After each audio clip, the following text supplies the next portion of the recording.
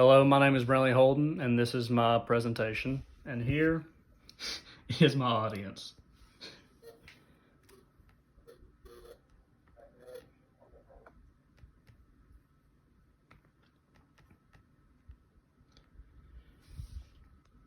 Today I will be presenting on should student athletes be paid.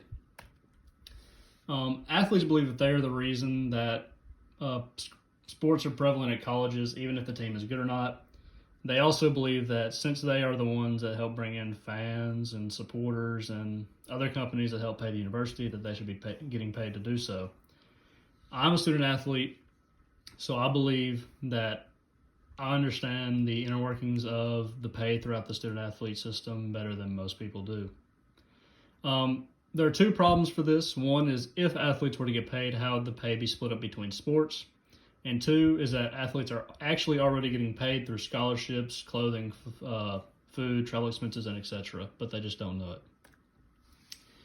Again, the main argument is that players believe that since they are the ones that are representing the school and help bringing in fans who pay for tickets and merchandise and other things like that, and other companies supporting the university, that they believe they should be getting paid to do so because they're the ones that bring in the fans. Throughout my entire presentation, I'll be using the Alabama football program as an example.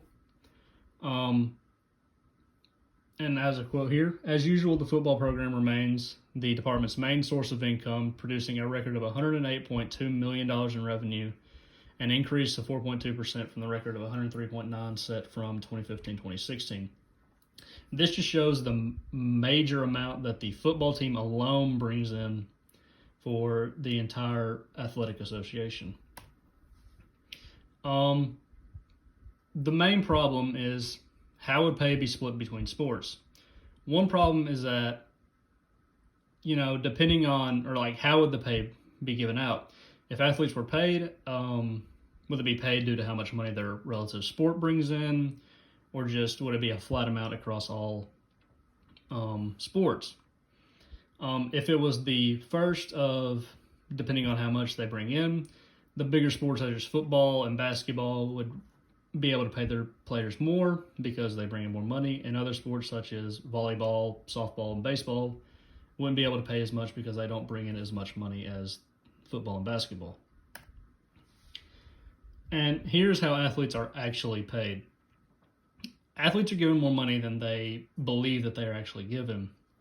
Most athletes are given scholarships that help them with many things through day-to-day life, such as food, the housing that they live on campus, clothing they get through their respective sports, travel expenses through, of course, traveling, and facilities that are more so for the team, but again, they apply to the player as a whole. Again, using Alabama's football team as an example, scholarships for the student aid end up being around $1.8 million alone, and this is just for football. As a whole, though, the whole Alabama athletic department spent just over $60 million on what I named above with meals, housing, clothing, travel expenses, and facilities. And that is a major amount when you just add up how many players actually receive scholarships, as some are walk-ons and they don't receive any.